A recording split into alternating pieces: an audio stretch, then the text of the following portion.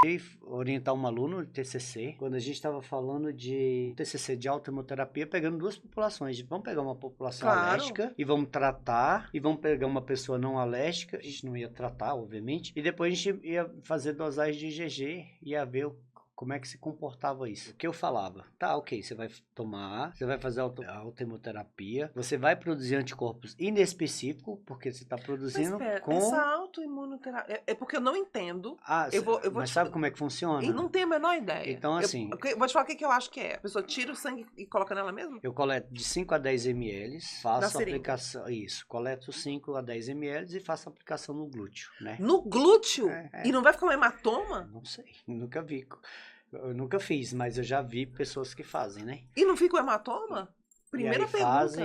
Faz essa aplicação. Você tá de sacanagem. E aí o que eu falava lá? Então, só para eu concluir minha ideia. Olha, gente, você faz a autohemoterapia, de todas essas pessoas que relataram essas melhoras, eu falei, ok, você está estimulando seu sistema imunológico a produzir um anticorpo contra nada. Porque o próprio sangue vai produzir anticorpo contra o quê? Contra receptores de hemácia, receptores antigênicos de hemácia. Mas sendo que a hemácia já é própria. Pois é. Eu não consigo entender.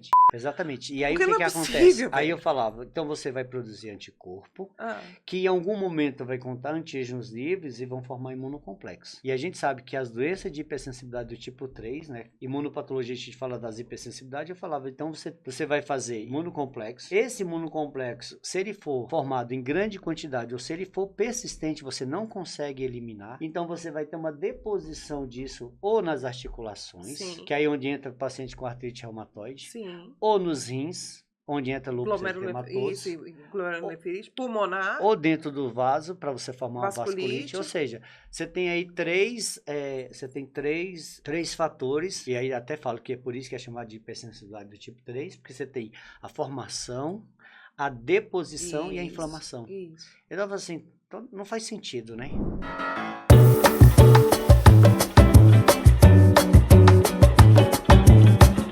Mas tem muita gente que relata várias melhoras. E aí, a partir do momento, como a gente é da ciência, a partir do momento que eu não consigo comprovar com dados epidemiológicos, dados estatísticos, olha aqui, ó, teve melhora disso, aí eu não posso acreditar. Então, eu acho que é uma coisa muito empírica que as pessoas fazem, e aí fazem porque ouviu alguém fazendo, é igual a academia, né? Ah, o meu amigo toma isso, eu vou tomar também. E aí as pessoas não entendem que cada organismo responde de um jeito. Mas não faz o menor sentido a autoimunoterapia. Então, não faz. Baseado em tudo que você me falou, eu só estou provocando um processo inflamatório. Exatamente. Mas a ideia não é o contrário? Ou você quer mesmo provocar uma inflamação? Então, a ideia, na verdade, a ideia mesmo é você produzir anticorpos e que, teoricamente, esses anticorpos vão te proteger, né? Gente, mas olha só, vamos partir do pressuposto que se você está fazendo autohemoterapia, você está coletando sangue, o seu próprio sangue. Teoricamente, vamos levar em consideração que todas as nossas células do nosso corpo não são reconhecidas, ou seja, são toleradas, né? Porque a gente tem um sistema de tolerância imunológica do nosso sistema imunológico. Então, todas as nossas células são toleradas.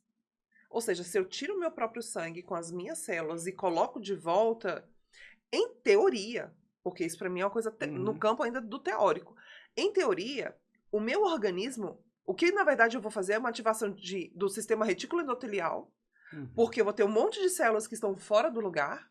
Exatamente.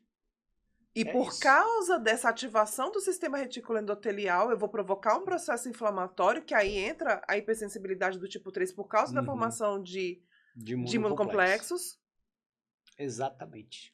E aí, qual é a finalidade? E aí a pessoa fala que por causa disso ela consegue curar um tumor? Exatamente. Melhorar uma alergia, curar uma Como lombalgia. é que eu vou melhorar uma alergia, sendo que eu estou ativando a inflamação, sendo que a alergia, na verdade, você precisa diminuir a inflamação e não aumentar a inflamação? E ainda assim, quando a gente fala de alergias, a gente está falando de hipersensibilidade do tipo 1 mediada por IgE. E aí a gente está falando de sensibilização dos mastócitos por conta... Mas pera. Exatamente. Eu fiz uma bagunça na minha cabeça, porque não faz o menor sentido. Então vamos arrumar, né?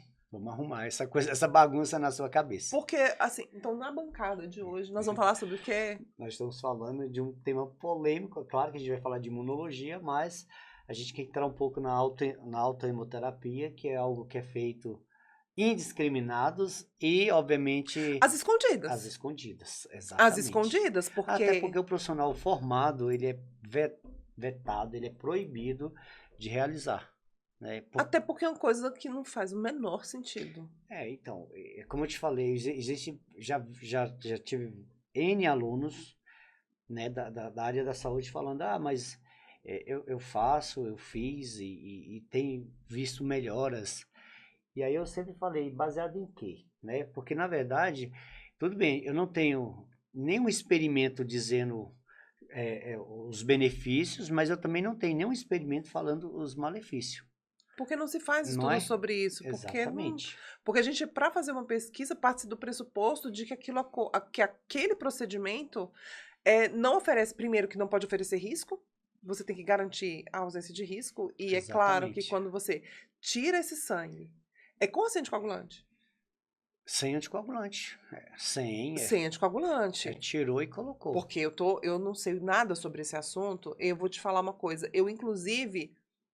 Nem me preocupo em estudar sobre o assunto. Alunos já me pediram para orientar TCC e fazer pesquisa em autoimunoterapia também, assim como fizeram com você. Uhum. Mas eu me recuso porque eu vejo que é uma coisa completamente nonsense. O comitê de ética também nem vai aprovar. Porque não faz sentido. Não tem o menor sentido. Não, e aí a ideia, né, que eu penso eu vou colocar um antígeno que é meu, né? Eu gosto muito da imunologia quando a gente fala do self, non-self.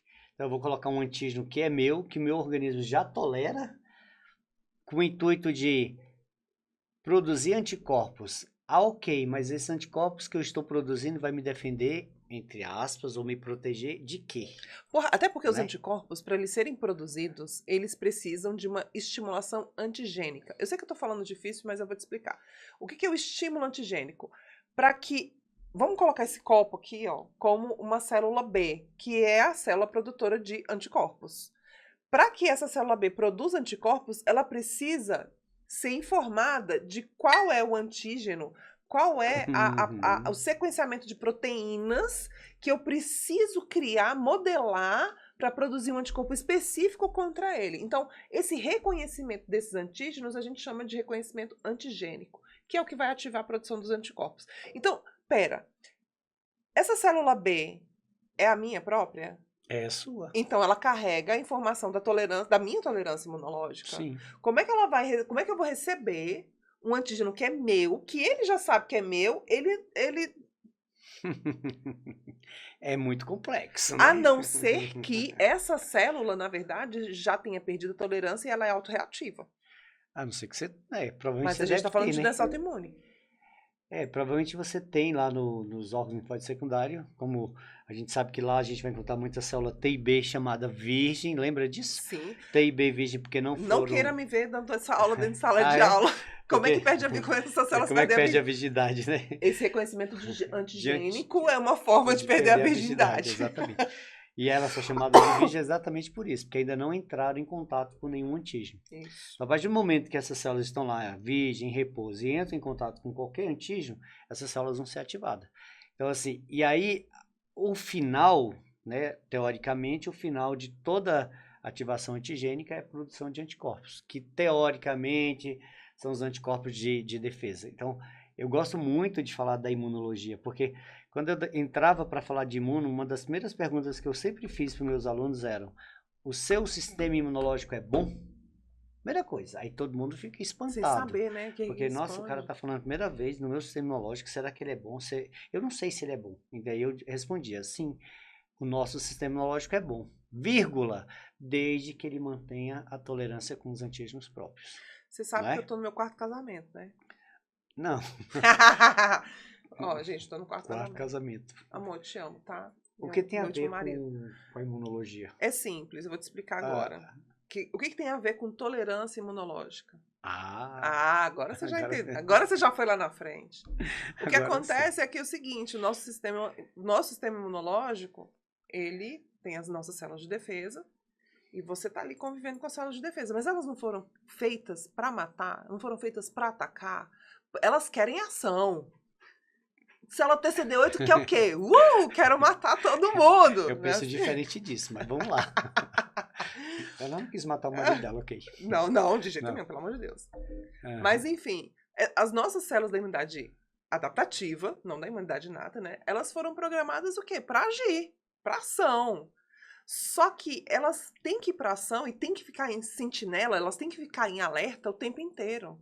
Então elas ficam fazendo como se fossem rondas, né? Eu fico brincando que são tipo rondas, né?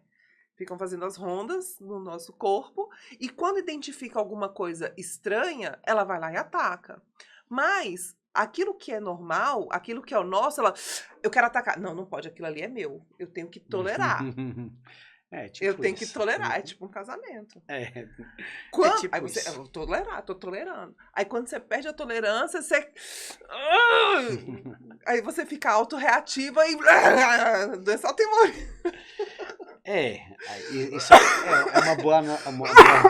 é uma boa analogia, né? Quando eu cobro em prova tolerância imunológica, a galera só fala de casamento, ninguém fala de imunologia. A imuno mesmo não acontece, né? Então, isso é o trâmite que acontece normalmente, né? Quando você fala da imunidade adaptativa adquirida, é isso que a gente espera. E aí eu já sou um pouco mais, talvez por ter uma visão mais evolucionista de biólogo, né? Eu acho que as células estão lá, né? E aí eu sempre falo assim, não é que a célula está lá porque ela quer matar alguém, não. Ela está lá, como você falou, de sentinela, né? E obviamente se aconteceu alguma coisa que está fora do comum, né? Entrada, sei lá, de um antígeno bacteriano, de um antígeno viral, de qualquer corpo estranho, entre aspas, essas células obviamente vão ser ativadas, até porque existe aí a famosa apresentação do antígeno para que essa célula, né, seja ativada. E aí o final sempre vai ser esse, é a produção dos anticorpos, e aí dependente da classe, né? Sim. IgG, IgM, IgA, IgD, IgE, como eu peguei muito isso, você vai me ajudar a completar isso, quando a gente entrou na pandemia, onde muita gente estava sendo infectada, né, com SARS-CoV-2 e produzindo anticorpos, e depois quando fazia o exame, e ele sempre me mandava assim, Joaca, IgG, IgM, como é que é? Eu tô doente ou não tô doente? Eu já tive doente, então eu sempre gostei muito dessa parte. E sempre quando eu falo de anticorpo, eu lembro de uma ex-aluna da enfermagem que ela fala, Joaca, eu não posso escutar falar de IgG e IgM, que eu lembro das suas aulas. Eu falo que é bom, que pelo menos você aprendeu, Sim. Né? Que aí depois a gente pode até falar um pouco das vacinas, e aí a gente pode falar assim, mitos e verdades, né? E aí a questão é essa. Eu sempre falei assim, gente, vamos pensar que normalmente quando você tem um IgM aumentado, teoricamente, né, você está doente, está na fase aguda, né, da doença, exceto dengue, que dengue ainda tem um precedente, né, o NS1 de dengue, ele dá positivo primeiro antes do IgM, o IgM vai começar a positivar depois de 7 dias, na verdade depois de 15 dias, né, porque 7 dias começa a imunidade adaptativa, aí depois de 15 dias a imunidade humoral, não é isso? E aí eu acho que isso varia tanto de cada indivíduo, né? Eu acho que é importante a gente entender. Existe uma estimativa média, né, da população, existem estudos médios, que vão levar aí, inclusive, houve até a dosagem de IgA para dengue. Existia o teste rápido, que nos testes rápidos eles vinham. Alguns fabricantes fizeram NS1, IgA, IgM e IgG. Que a IgA era um parâmetro de anticorpo que era produzido antes ainda da IgM. Então, conseguia pegar aquela janelinha de quando o NS1 está caindo e a IgM está subindo. Que aí, a partir de 5 dias, ali a maioria das pessoas... Mas isso depende tanto de cada sistema imunológico. Se o seu sistema imunológico tem uma característica responsiva mais rápida, sua IgM vai aparecer antes. Mas se o seu sistema imunológico tem uma atividade responsiva mais lenta, ela vai aparecer depois. Mas o importante é que quem está nos vendo, né, para não ter mais essa dúvida, independente de qualquer sorologia, seja, sei lá, IgG, IgM para toxoplasmose, para rubéola, para SARS-CoV-2, né, para o Covid, a priori ele quer dizer isso, né? Como o IgM é o primeiro anticorpo a ser formado numa resposta imunológica, então IgM aumentado quer dizer que você está doente, né? Naquele momento. E normalmente, se o IgM está aumentado, o IgG está diminuído, porque ainda não começou a produção de IgG. E o contrário é que mostra que você já esteve doente, né? Então, se o IgG está aumentado, que a gente diz que é um anticorpo de memória, é o único que atravessa a membrana placentária, e se ele dá aumentado, teoricamente, IgM vai dar diminuído. Então, é óbvio que o que muda é a concentração, né? Sim. E aí é interessante a pessoa saber, se o meu IgG está aumentado, eu tive uma história muito interessante sobre isso, se você quiser eu posso contar. Por favor. Né? Que uma colega fazia doutorado com a gente na UNB, e ela ficou grávida e IgG e IgM, ela fez IgG e IgM para rubéola, IgG deu aumentado, e aí o médico disse que talvez ela fosse fazer IgM deu aumentado, não foi IgG? IgG deu aumentado, e aí o médico disse que talvez ela ia ter que fazer um aborto, porque o vírus da rubéola ele era abortivo, ele podia causar uma malformação congênita e tal. E essa jovem chegou, né, um pouco desesperada, e aí alguém orientou para ir em outro médico, ela foi, e aí o outro médico disse a mesma coisa. E aí alguém comentou para ela assim, o Joaquim trabalhando no laboratório, vê com ele e tal. E aí ela me mostrou os exames a priori assim, sem nenhuma pretensão, eu olhei, aí lembro que ela tinha uma anemia fisiológica da gravidez, que é normal. E aí eu olhei o restante dos exames e falei, não, tá tudo normal. Ela falou, não, mas o médico falou que esse IgG aqui é um risco. Aí eu falei, não, o IgG é um anticorpo de memória. Então isso aqui na verdade quer dizer que ou você já teve contato, né, com o vírus, ou você foi vacinada, ou alguma coisa desse tipo. Mas não vejo risco não. Mas ela não deu muita credibilidade, porque já tinha passado por 2 médicos. Eu falei, não, então vamos lá no meu professor de imuno, né? Não vou falar o nome dele, mas ele é um cara muito famoso na UNB. E aí contei a história e aí ele só levantou a cabeça assim, olhou e falou, não, é isso mesmo. Meu aluno está certo. E aí, ou seja, por uma interpretação errada de um exame que, teoricamente, para a gente que está no laboratório é simples, ela poderia ter feito, né, induzido um aborto. E aí isso não aconteceu, graças a Deus também. E aí a gente depois fez uma festinha, eu lembro que eu dei um macacãozinho, coloquei lá presente do tio Joaca, e tempos depois encontrei com eles no Parque Shopping andando, correndo lá, e falei, olha aí, ó. Olha aí, GG aí. Olha aí, GG aí.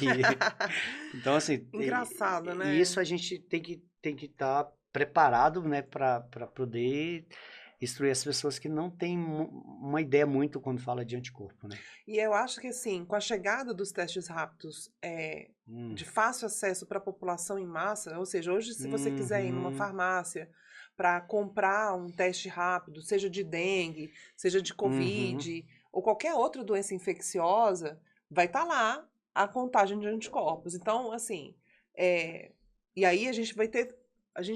Para quem está assistindo a gente e para quem for interpretar exames, é importante saber de 2 coisas, assim, na minha opinião, né?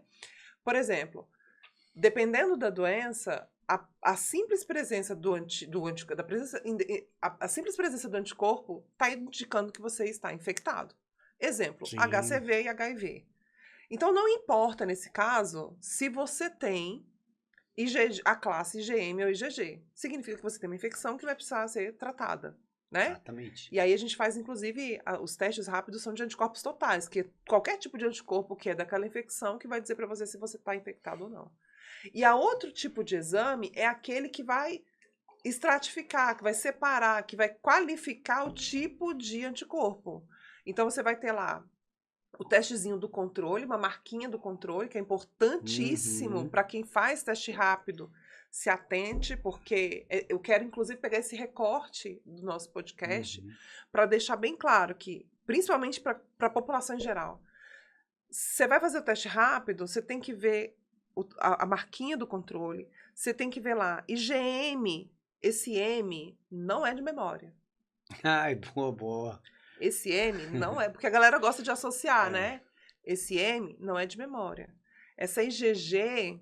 vamos botar de gravidez, G de gravidez, que é bom para quem está grávida, né? É um marcador bom para quem está gestante, né? Então, essa IgG significa que vai proteger seu bebê, que inclusive, eu costumo brincar nas minhas aulas que as mulheres, né, que têm aí memória imunológica de longo prazo, que foram infectadas ou que foram expostas a antígenos que vão estimular memórias de longo prazo, né, para a vida toda, desde daquela lambida lá no parquinho quando você era criança, você tem essas IgG circulantes no seu organismo, elas vão passar, o seu bebê vai herdar durante a gestação, né? Então, essa IgG, essa sim que é da gravidez, que é boa para a gravidez, é boa para o bebê, é boa para sinalizar para a gente uma memória imunológica. E esse M não é de memória, significa que a pessoa está doente, que ela precisa se tratar, que ela pode, inclusive, estar numa fase de transmissão para outras pessoas. É um momento que ela precisa se recolher dependendo da infecção, é o caso da Covid. Então, se você tem lá IgM positivo para Covid, opa, eu preciso ficar em casa até essa... Então eu posso chamar IgM de fase aguda? Pode chamar de fase aguda. IgG posso chamar de fase crônica? A gente chama o ring. E aí? Ele já sabe da minha encrenca com a IgG. Por isso que eu perguntei. Ai, né? meu Deus. Então, com relação à IgG, eu particularmente eu discordo quando a gente fala que a IgG é um marcador de fase crônica. Porque quando a gente fala fase crônica, eu tô afirmando que o paciente ainda está doente, mesmo que há meses, há 3 meses, 4 meses, ele ainda está naquela fase doente. Pode acontecer, não é que acontece muito, né? Mas pode acontecer, por exemplo, com a hepatite B.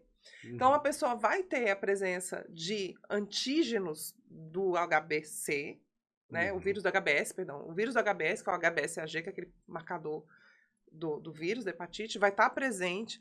Pode ter a presença de anti-HBS total ali, que é o superfície. Vai ter o anti-HBC também, né? IgM, que é o marcador de fase aguda também. E se tiver com a IgG aumentada, ou os anticorpos totais de anti-HBS, está dizendo ali que você está ainda na fase crônica. Então, essa IgM... E ele está doente? Ele está doente. Ele está doente porque eu tenho a presença de antígeno, tenho a presença de IgM. Então, se eu tenho IgM e IgG, ou é uma infecção secundária, que é o que pode acontecer na toxoplasmose, por exemplo. Então, por exemplo, existem gestantes que, sei lá, numa segunda ou numa terceira gravidez, ou numa segunda gravidez depois de muito tempo, depois da primeira, às vezes se reinfecta com a toxoplasmose. Ela pode ter uma IgM positiva e uma IgG positiva também. Talvez eu acho que eles usam essa terminologia, fase aguda, fase crônica, na tentativa de dizer o seguinte, talvez tentar facilitar para quem não é da área, né? Tipo, IgG aumentada, fase aguda, quer dizer que eu estou doente. IgG aumentado, fase crônica, quer dizer que eu já estive doente e que hoje eu não estou mais. Isso. Acho que para a maioria das doenças, isso tem... Se aplica. Talvez se aplique, talvez para hepatite não. Mas, por exemplo, eu gosto de falar muito da toxoplasmose, porque aí eu consigo falar sobre um outro assunto que eu acho muito bacana. Então, vamos supor, se você tem, por exemplo, porque esses exames geralmente são solicitados quando a mulher engravida, né? A pessoa foi gestante, vamos fazer o pré-natal, dentre eles os exames de sorologia para toxoplasmose, ou o famoso TORC, né? Que faz toxoplasmose, rubéola e citomegalovírus, né? Que esse trio aí, fora sífilis, HIV e os outros marcadores de infecção. Mas, quando a gente fala da toxoplasmose, que pode acontecer reinfecção, como é que a gente sabe que aquela IgM é de uma primeira infecção ou de uma segunda infecção? De uma infecção secundária, ou seja, a segunda vez que ela pega essa doença? Pela avidez da IgG. Porque a avidez é quando você vai fazer um estudo só da IgG, e se for uma IgG velha, uma alta avidez, significa que essa IgG está lá há muitos anos. Ou seja, ela foi produzida dentro de uma linha do tempo foi exposta muito lá atrás. Vamos supor que ela engravidou uma segunda vez, 10 anos depois da primeiro bebê. Então, a IgG da primeira infecção, ela vai ter 10 anos. Aí você tem uma segunda infecção, vai ter a presença da IgM, e a IgG aumenta mais ainda as titulações. Mas quando você vai fazer a IgG, ela dá alta avidez. No iniciozinho, a IgG vai dar baixa. A avidez da IgG vai dar baixa, né? Significa que ela é fraca, é jovenzinha. Joaca, eu dentro da sala de aula eu não presto não, Joaca, porque eu só... Olha como é que eu dou aula, Joaca, é assim que eu dou aula. Mas tá certo, eu acho que é isso. Né? A gente vai ter uma mulher madura, uma GG madura e uma jovenzinha, né? Uma Gen Z aí. Não, e aí agora eu tenho um tema que eu queria trazer para a gente discutir agora no ringue, que é um tema bem polêmico. Ai, meu Deus. Que é vacinação. Ai, meu pai amado.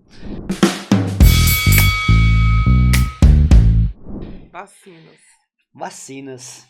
Porque o que a gente vê, né, que existe uma parte de pessoas que defendem a vacinação, né, como uma questão de proteção, e existe uma parte que condena, entre aspas, a vacinação, dizendo que, como já teve a revolta da vacina, né? Pois é, uma galera pega isso, né, e traz para o tempo presente. E traz para o tempo presente, dizendo assim, que a vacina é algo ruim, que a vacina pode te trazer uma doença secundária, uma doença autoimune, né? Que aí a gente podia ver, ou até fazer uma analogia com a autohemoterapia, que acaba que você está, né, sendo exposto a um antígeno e acabando produzindo anticorpos. E aí eu queria ver, assim, no ringue, o que você fala? Você defende? Então. Você é contra? Então, ai, que saia justa. Tinha que ser saia justa, né? Não, mas não é não. O que eu acho o seguinte. As vacinas, de um modo geral, você está entregando para o seu organismo um antígeno. Tá? E esse antígeno, vamos colocar antígeno X? Um antígeno X. Vamos colocar o Isax? Antígeno Isax. Vamos dar um nome para o antígeno. Antígeno Isax, tá? Okay. Esse antígeno Isax, estou falando um nome aleatório. Sim. Um nome para todo mundo entender. Então, eu estou fazendo uma inoculação de Isax aqui no indivíduo. Esse indivíduo, se ele tivesse recebendo esse antígeno que está inativado, que foi manipulado em laboratório com proteínas que vão ativar esse sistema imunológico, quando a pessoa entra em contato, o sistema imunológico vai reconhecer, naturalmente, vai entrar ali na seleção clonal, produzir anticorpos contra o Isax, que vai produzir anti-Isax. Ok. Se a pessoa se infectasse com aquele anti-Isax, ele também teria a resposta imunológica. Quando a gente fala, por exemplo, que a vacina vai provocar uma doença autoimune, por exemplo, que a gente vê isso acontecer, é frequente? Depende.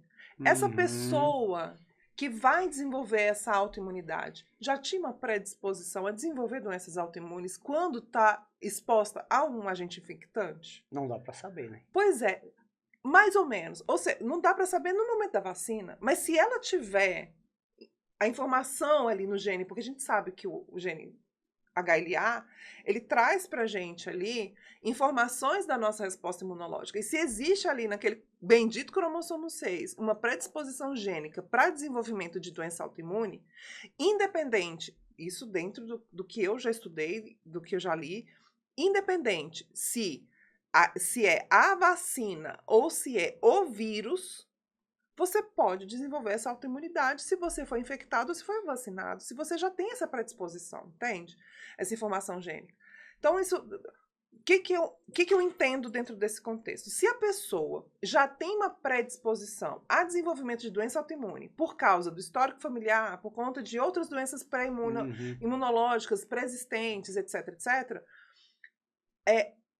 de repente, a escolha de vacinas, vamos dizer assim, o menu de vacinas que aquela pessoa tem que fazer durante a vida dela, precisa ser avaliado junto com o médico, né? E que tem que ser uma coisa que faça sentido. Por exemplo, hoje a gente fala muito sobre a vacina contra o HPV.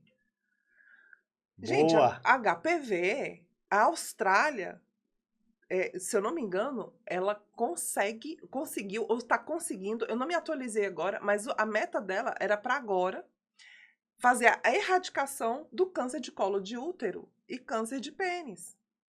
E eles estão conseguindo isso com a vacina do HPV. Nossa, porque a gente fala que a Austrália é o futuro, né? Então, tudo que acontece na Austrália, anos depois acontece. Olha lá. Então, o que acontece? Aí, os adolescentes, né, de modo geral, né, são ali imunizados contra o HPV e aí existe a prevenção aí contra o colo do útero, contra o câncer de colo de útero. Então, assim, precisa ser avaliado dentro desse contexto. É uma questão de avaliar risco, benefício e o que a gente quer. A gente não quer câncer. A gente não quer o câncer. Uhum. Lá vem. É no ringue, né? Meu Deus, deixa eu me proteger agora. Vai lá, passa a bola para você. A luva para você. Bom, então Bom, pessoal, como a gente está no ringue, é realmente é um tema sensível. É um tema sensível. Bom, em relação à vacina da HPV, e eu tive a oportunidade de trabalhar no meu mestrado com HPV, então, assim, tive muitas informações. O que mais me preocupou quando o Ministério da Saúde começou a lançar a campanha foi colocando jovens de 12 anos, vamos colocar essa idade, porque, se eu não me engano, a idade era de 9 aos 12, né? Dizendo, uma garotinha falando assim, agora eu me vacinei contra a vacina do HPV e não vou ter mais câncer de colo uterino, né? Então, eu não sei quem foi que orientou a campanha, mas essa campanha me preocupou um pouco. Porque quando você fala, agora eu tenho uma vacina que vai me proteger, isso pode abrir um leque de abertura de que, agora eu estou vacinado, então agora eu posso fazer sexo desprotegido com quem eu quiser. E aí esquecendo das outras doenças que está relacionada a IST, mas voltando ainda para o HPV, eu queria dizer que existem hoje mais de 200 subtipos de HPV. A vacina é feita para o HPV 6, para o HPV 11, o 16 e o 18. Aí, porque o 16 e 18 está envolvido em 70% de câncer de colo uterino. Ok. Mas existem outros subtipos de HPV, como por exemplo o 30, 31, 2, 3, 4, 5, o 45, 56, 98, que são HPVs também que têm alto índice de oncogenia. Então, a minha preocupação nessa campanha foi botar uma criança falando como se agora eu estou vacinado e uma vez que eu estou vacinado, agora eu não vou ter mais câncer de colo uterino. Então, isso me preocupou bastante. E eu ainda em sala de aula eu questionava o seguinte, só estão falando das meninas e os meninos. Aí depois de um tempo, né, houve a inclusão dos meninos e que muitas vezes a população não sabe, que provavelmente o que eu fiquei sabendo é que sobrou vacina.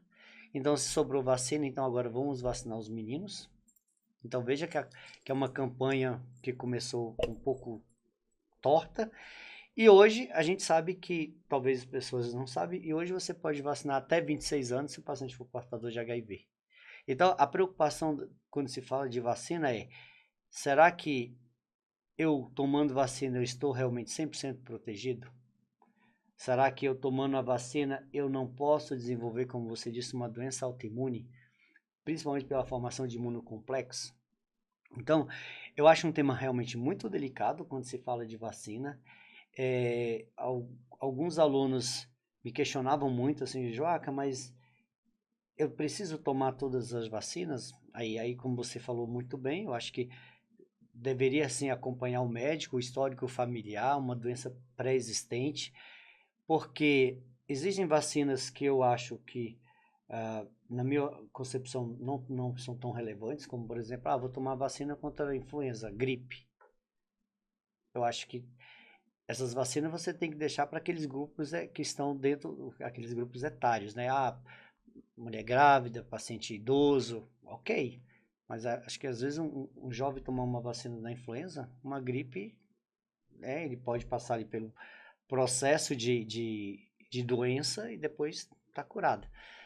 Então algumas vacinas eu acho que têm realmente importância e relevância, outras eu acho que não. Eu lembro que eu estava dando uma palestra no Novembro Azul, falando tanto de câncer de próstata, porque também tem HPV envolvido, e câncer peniano, que por incrível que pareça, a medida preventiva para câncer de pênis, ela é muito mais simples do que a gente imagina, que é água e sabão. Eu sempre falava isso, gente, água e sabão, é lavar mesmo, né?